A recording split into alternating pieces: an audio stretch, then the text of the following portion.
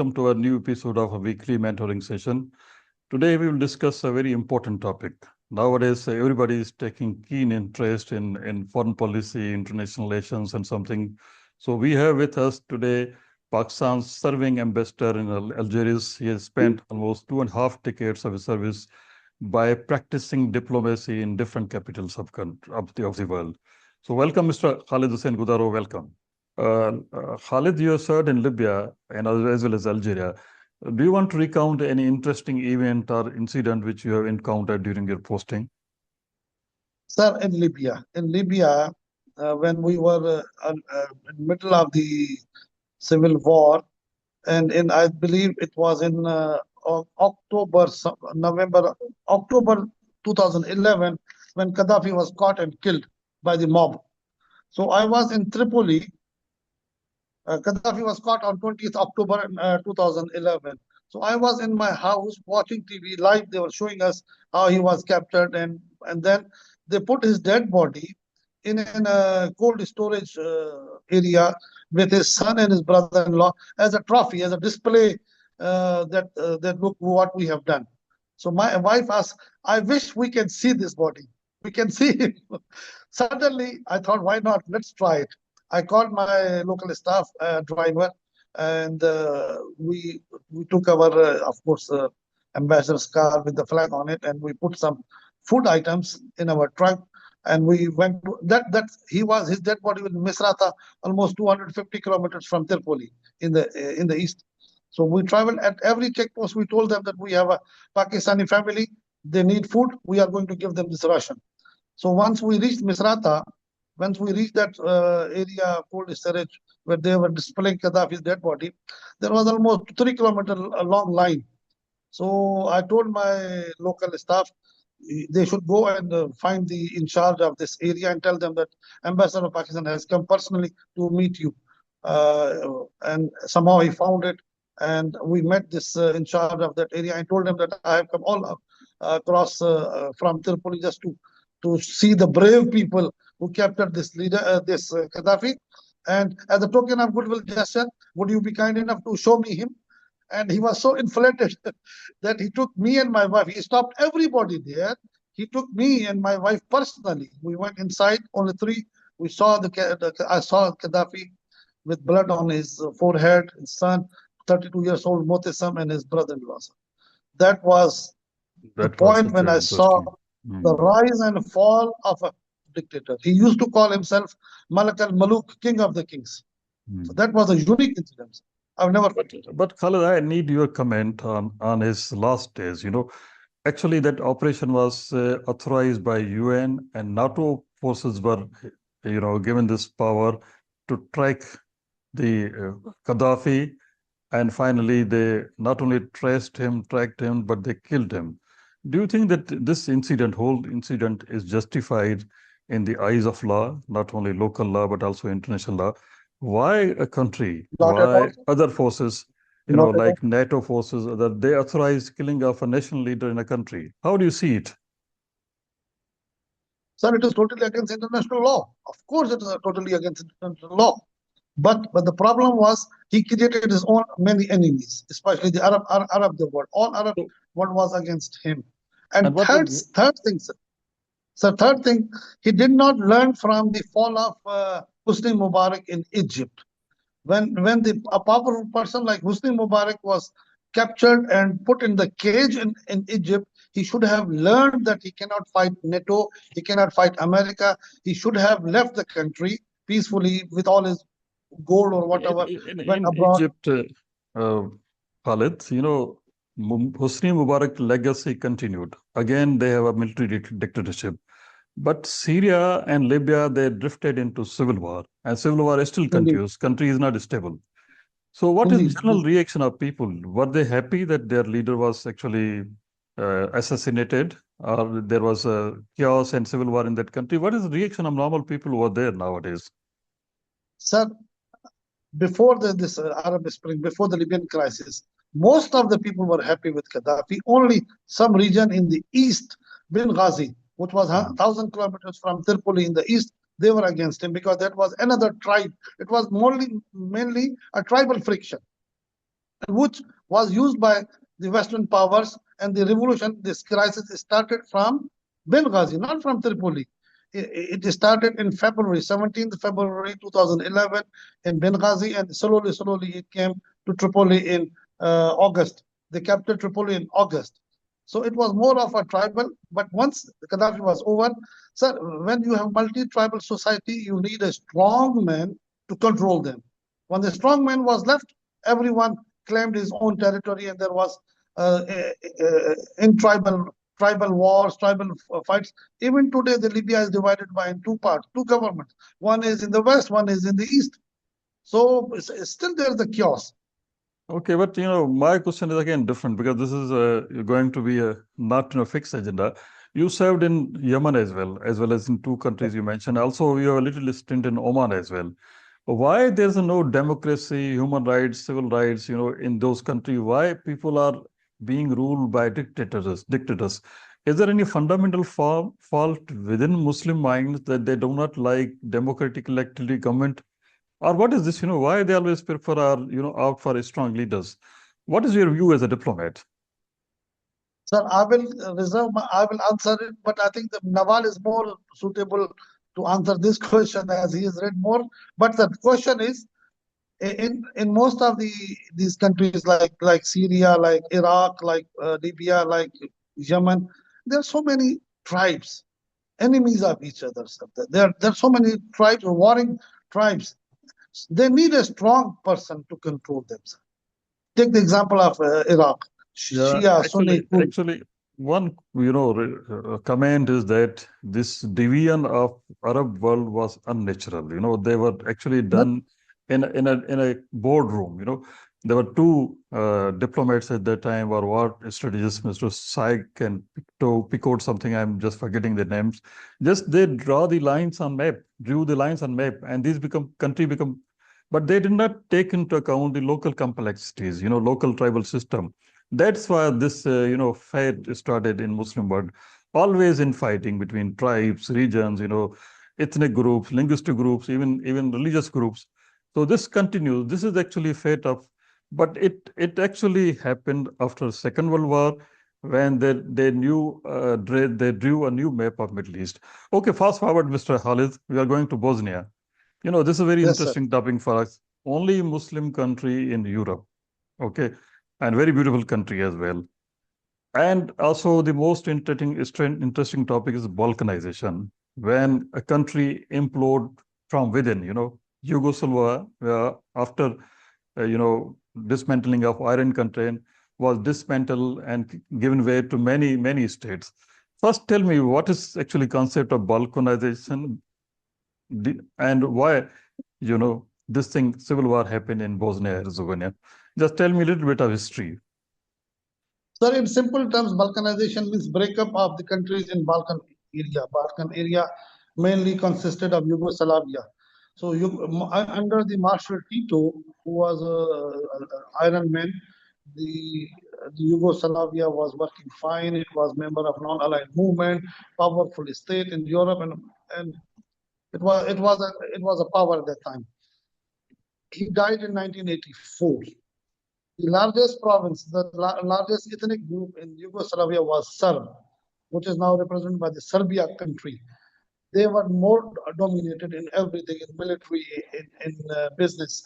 So they started to have more influence in other countries, and they wanted to take over as a legitimate successor to the Marshal Tito, and they wanted to be seen as the big brother or whatever.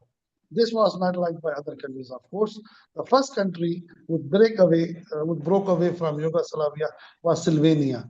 Slovenia was far away with less Serb population, so Serbia did not bother to attack on it. The next country would declare the independence from Yugoslavia was Croatia, but in Croatia there were so many Serb people. So Serbia attacked Croatia just to keep those people Serbs safe here. So seeing at this trend, in 1993, Bosnia-Herzegovina also uh, declared its independence. The Bosnia, the case is very unique. Bosnia is a small country, uh, 3.35 3.5 million, around maybe 4 million people. But it was mix of all three communities: Muslims, Serbs, and Croats. Croats were Roman Catholics, Serbs were Orthodox, and Muslims. So there was a civil war between all these three, and Serbia was helping Serb people in Bosnia. Croatia was helping Croat people in Bosnia, and Muslims was left alone. So Muslims were being beaten by both the sides, from Serbia and from Croatia. They are bordering countries of present-day Bosnia. And what is It ethnic was, composition of Bosnia? Whether Muslims were majority or they were in minority? What is ethnic composition of then Serbia? Sorry, Bosnia and now in Bosnia? sir, Muslim were in majority, means they were around 51%. Mhm. 51% were Muslim, 30 were this Serbs, and around 19% were Kurds. So Muslims were not in.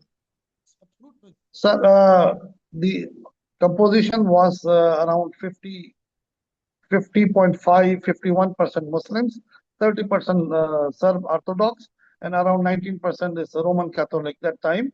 So Muslims were not in absolute majority, but they were in majority.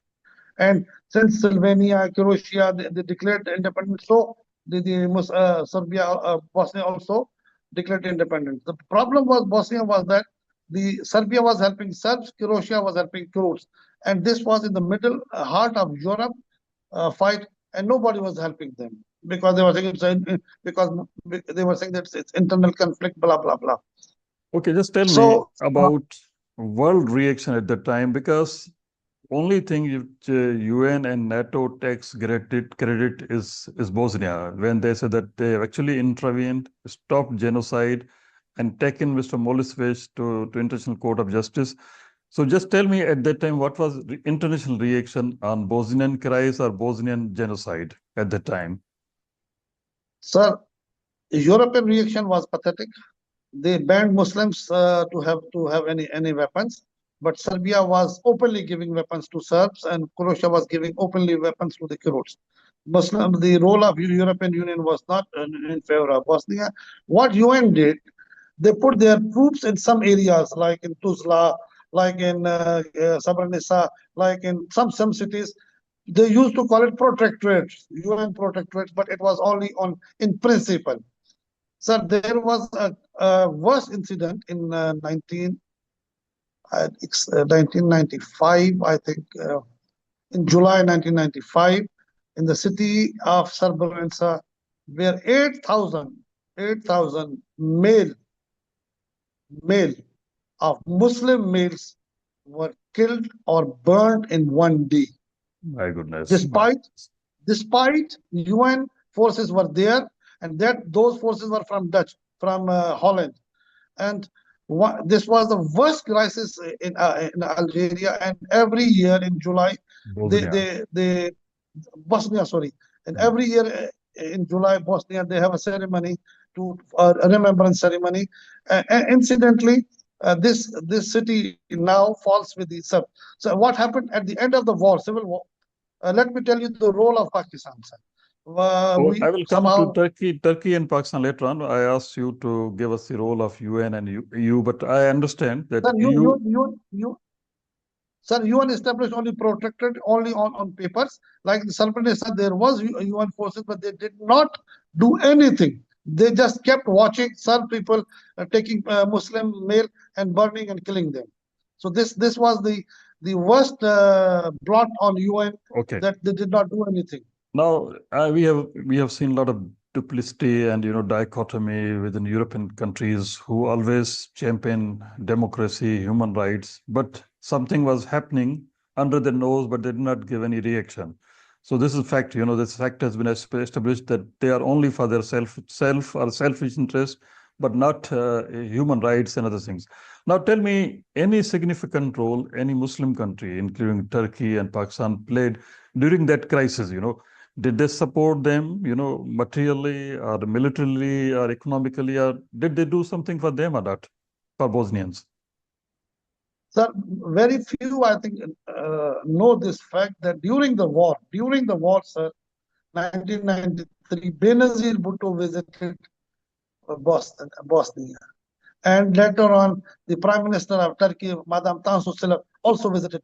Bosnia to show the support and all solidarity with the people of Bosnia. Sir, later on, when the situation got very, very critical, Pakistan and Turkey started to give them material support, not only diplomatic material. I mean by giving them weapons, and it is a fact. At that time, the DGISI was Javed Nasser in our country. He had his own way of thinking, so they planned a operation, and through neighboring countries, we started to give weapons to Muslims. It was like a Khalid, shoulder. I'm afraid we are not officially telling these stories. Should I keep So in this is a video or not? factor. So this is a factor. Okay, if officially saying, then finally I will put on videos. Otherwise, I will delete them, edit That them. it is a fact, and there was even a case against DGISI of Pakistan by ICC or something like that. Okay, Pakistan played a significant role during the crisis, and afterwards, Yes. once Mr. Milosevic was was arrested, and Pakistan also helped Bosnia in their reconstruction and rebuilding and rehabilitation. This is a fact we can understand. Now, Mr. Ambassador, just tell us that what happened. What was the fate of Mr. Milosevic? How it happened? It was something rare in history that country's leader was arrested and he was tried and he died in a death in a cell. So just tell me about the fate of this dictator, or this you can say a culprit. Sir, he was not arrested immediately. He was not arrested immediately at the end of the war. He went into hiding, of course, changing his appearance and blah blah. After some long search, he was then arrested and put on the trial just to have a face saving for the Europe that look, we did this and we did this. Rather, they should have done this during the war. And sir, Sarajevo, the siege of Sarajevo was the longest siege in the modern history of a city. It was more than 3.5 years. The Sarajevo city is surrounded by mountains. All the mountains were occupied by the enemy Serbs. And can you believe that there was only one source of getting food and water and any supplies, that was through a tunnel which the Muslims dug, and I saw myself that tunnel, sir. So that used to be called the tunnel of life. Through that tunnel, this basic amenities used to come. Okay, So just the role of Europe. tell me, Mr. Ambassador, that how this war ended in Bosnia. Which forces, countries, organization intervened and put an end to this genocide? How did this happen? It is just a miracle. I can tell you. In modern history, it doesn't happen frequently. So how it ended? Sir, it was the Mr. Bill Clinton's personal initiative. In the end, when he saw the things are going out of control, he gave direct threats to Serbia and even sent his planes to attack them to stop this war. It was on the pressure of America that all the three warring factions, they decided to come for the negotiations. And in 1995, in October, I think, Dayton Agreement was signed in the United States, where all these three representatives of Serbia, Serbs, Muslims, and Kurds signed this agreement, peace agreement, which is called Dayton Peace Agreement, under the pressure of USA, with Bill Clinton as the president. Sir. Yes, Bill Clinton was United Security Council. They also passed a resolution and they authorized, NATO and other countries to become part of relief operation, also rescue operation. I think UN also did some role in, putting an end to this war and also started reconstruction work in Bosnia. Do you recall any? So that was very later. Hmm. It was at a very later stage, later stage. Okay, one more thing which is interesting for me, but you being a practicing diplomat, you would also know that once Milosevic was arrested, then debate started that International Court of Justice has no jurisdiction to try and form a case against genocide. So this was being discussed, but again, they have then constituted a tribunal for Bosnia, in which he was supposed to face tribunal, but before that he died, died of in mysterious conditions, maybe of his cardiac arrest or something. But the debate is still going on. I will take you to latest, but main thing was that International Court of Justice has a no criminal jurisdiction. Have you ever thought of it, or have you heard of it? Sir, I heard this that the word genocide what we are using, it is never officially recognized by the either United Nations or ICC. That's the debate. The Muslims of Bosnia still contest that it was a genocide, but it was not officially recognized as a genocide. They used some diplomatic term, but it was never recognized as a genocide, sir. Okay, now I'm, for the interest of the aspirants, I'm giving an additional information that because of this discussion and debate, that ICG has no jurisdiction on, that has a no criminal jurisdiction, then the countries or powers, they came to agreement that we should create a new instrument, International Criminal Court, if you have seen it. ICC, not ICG. ICC has a criminal jurisdiction. If country is involved in genocide, human rights violation, war crimes, then anybody is committing those crimes should be taken to international court of international criminal courts, and that criminal court has issued a kind of decree against Netanyahu that he is involved in genocide of Palestinian. But there's also another difference. I'm just taking your time that ICG is a kind of UN organization. The countries who are part of you or members of United Nations, they actually recognize ICJ, International Court of Justice. But ICC is only if they endorse it. But unluckily for us, that neither Israel nor USA has recognized the jurisdiction of ICC. So despite the fact that ICC has issued a decree against Netanyahu, but he is still free, he's even taking international tours, going to USA and other things. So that is actually the whole thing of UN. I would say, rather, Mr. Ambassador would say that ICC should become part of United Nations system. And if any country, any leader violates this international law and also involved in genocide, should be tried in ICC. Okay, Mr. Ambassador, now question from you. Bosnia is a beautiful country. It's a mix of everything, Muslims, Ottomans, Turks, a lot of beautiful places to visit. Although you invited me several times, but I could not, make it to Bosnia. But maybe in coming years, I will visit Bosnia. So tell me something beautiful, cultural artifact, something about Bosnia, some real beauty of Bosnia, just for the interest of our viewers. Sir, two, three things. Bosnia, in Sarajevo is the capital. In every mohalla, in every neighborhood, you will find a mosque. You can hear azan all the time. You find halal food everywhere. You find Muslims everywhere. And once they know you are from Pakistan, they give you respect. So, and second thing is the Bosnia is a very small country. I think around the area of Sindh province, maybe even less, with very little population, 3.54 million. And and it's very green, sir, like you are in Gilgit-Baltistan. Very lush green with beautiful lakes, beautiful mountains, lush green. Of course, it has snowfall, it has all the seasons. So it's a very small country with Muslim population, with halal food, with religious independence. So Sarajevo used to be called European Jerusalem, because in Sarajevo you can find in a space of 100 meters a mosque, a synagogue, a church, all three, and I have seen it them all three in one area.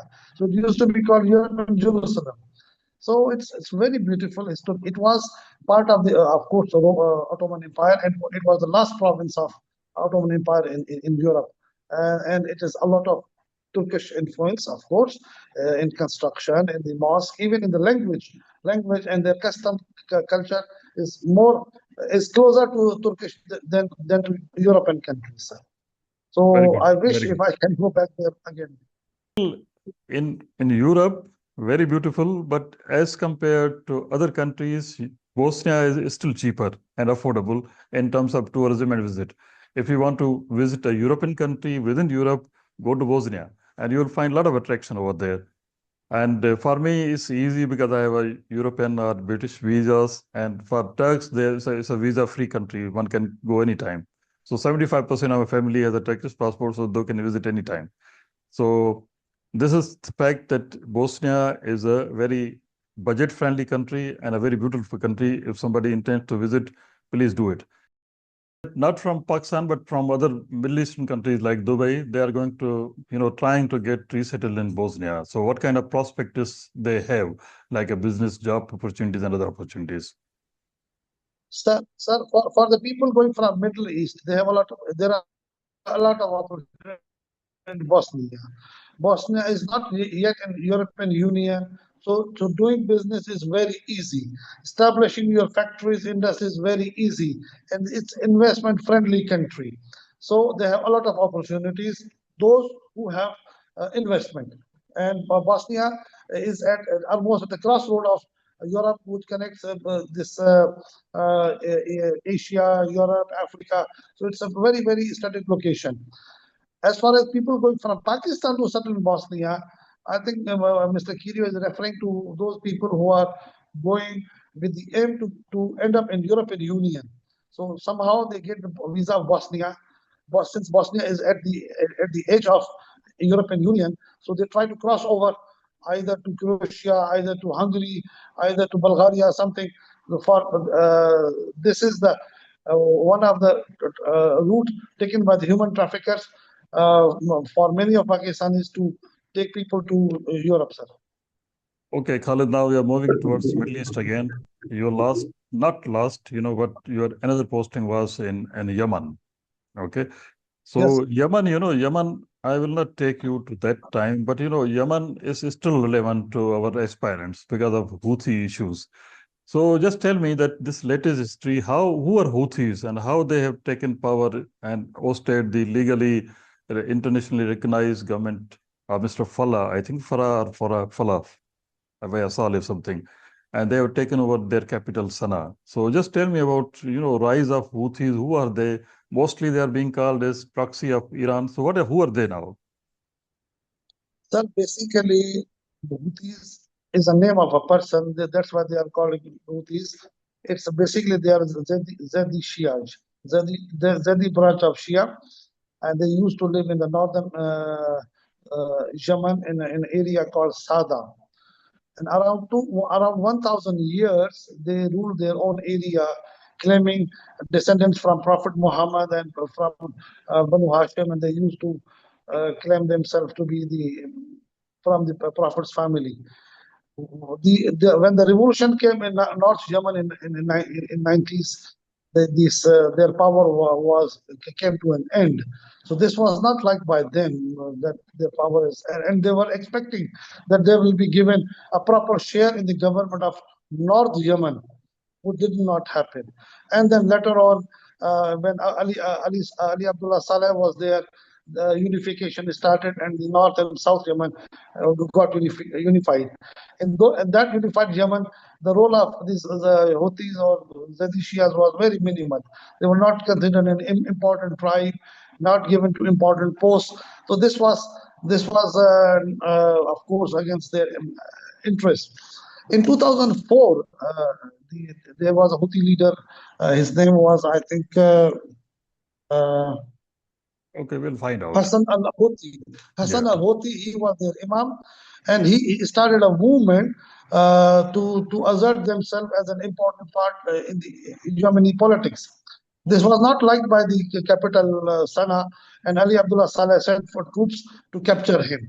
This started a civil war by Houthis and between Houthis and the state government of Yemen.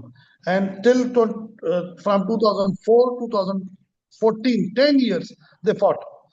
In 14, they started this. By the time the Arab Spring came, Ali Abdullah Saleh was deposed. So the Yemeni government became a little bit weak.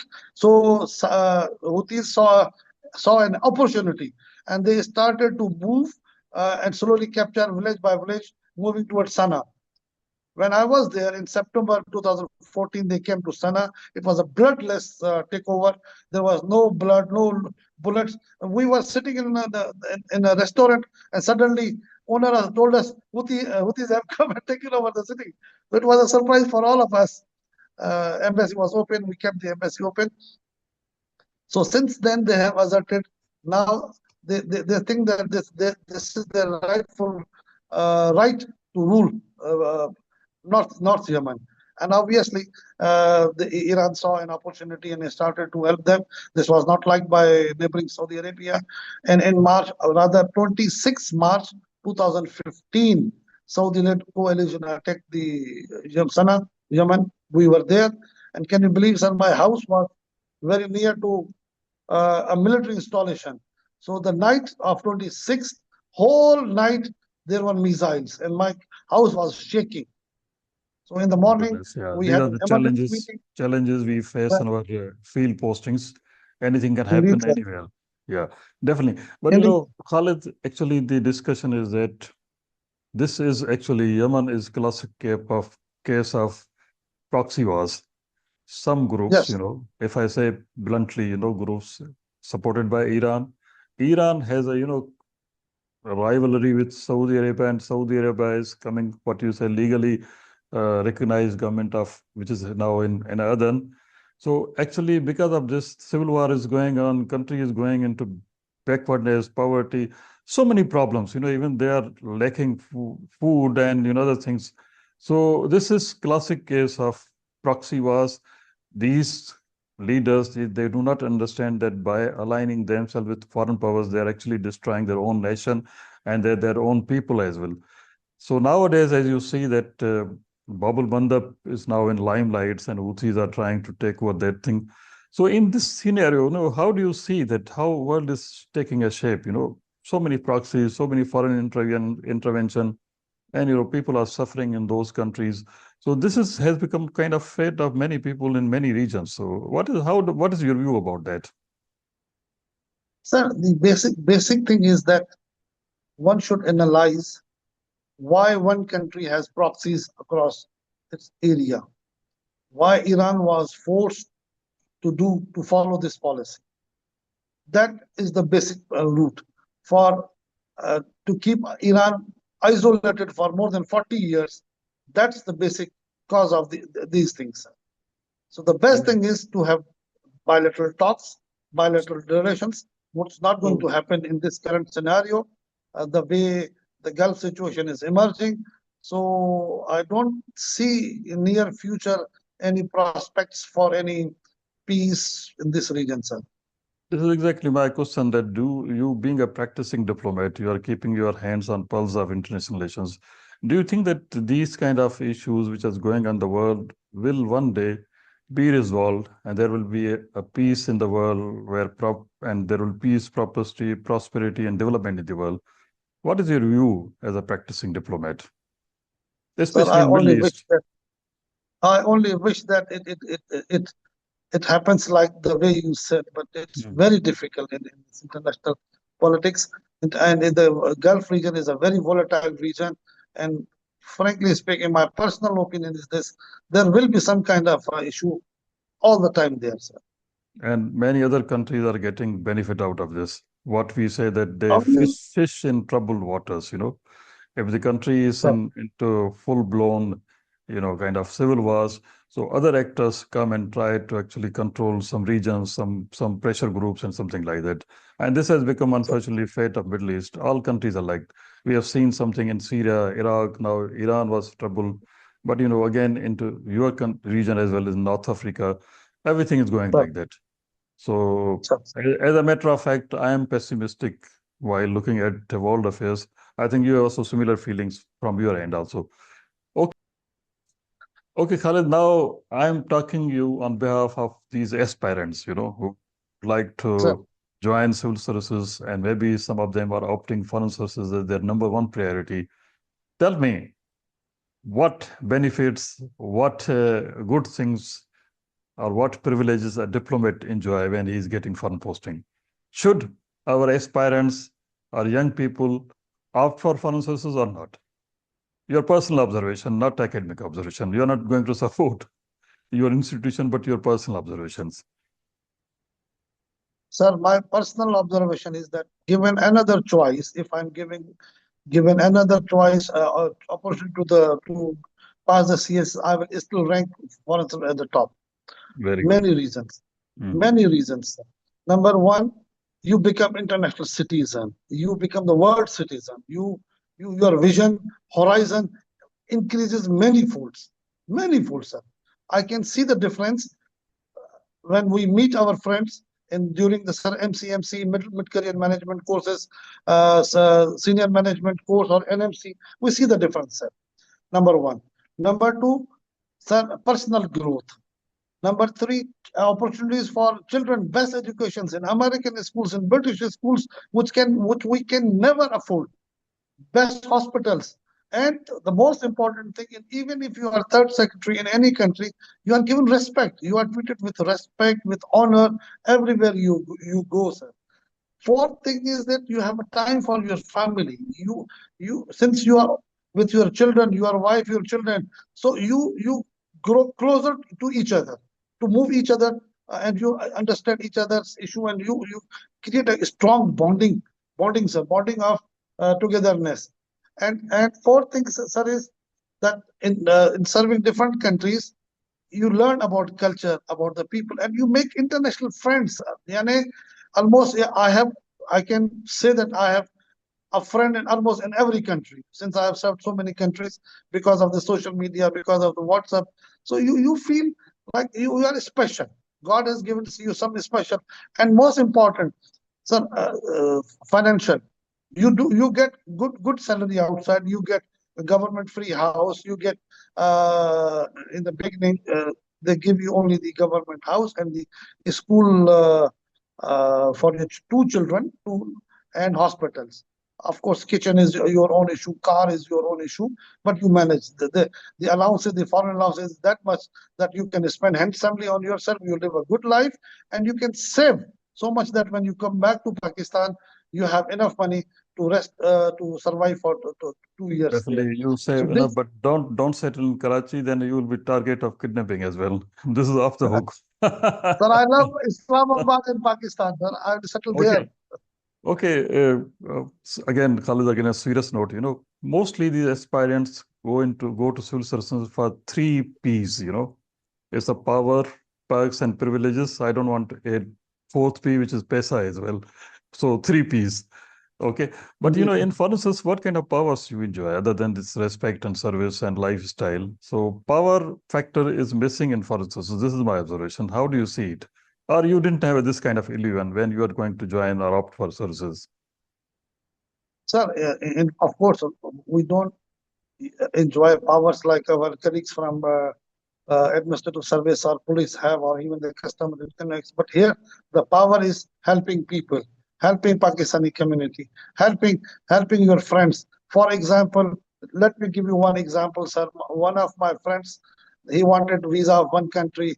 His interview date was 3 months back. He requested me. I talked to someone, and he got his appointment very early, and he was so grateful to me. So these small gestures we can do, of course. And uh, apart from that, we don't have any like administrative power that we can do this or that.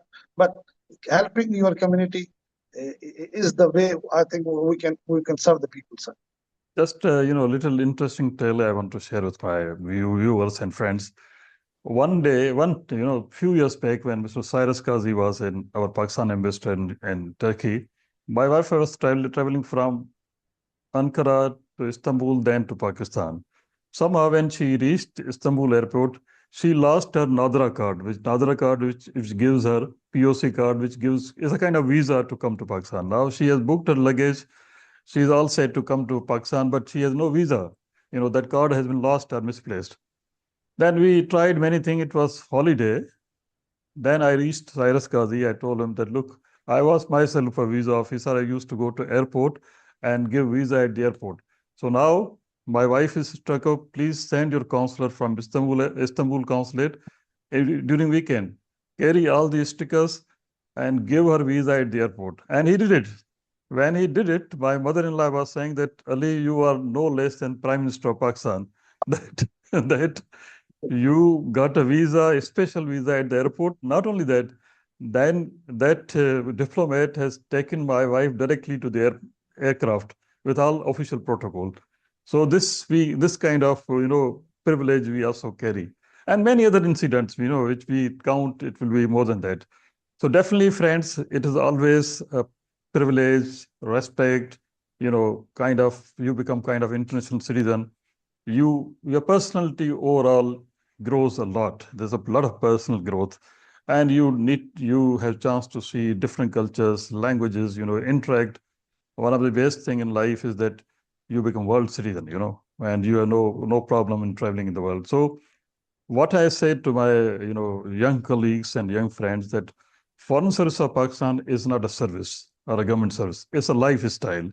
If you want to join foreign, if you want this lifestyle, it is number one option in civil services, or it's a least last preference if you don't want to live that kind of lifestyle.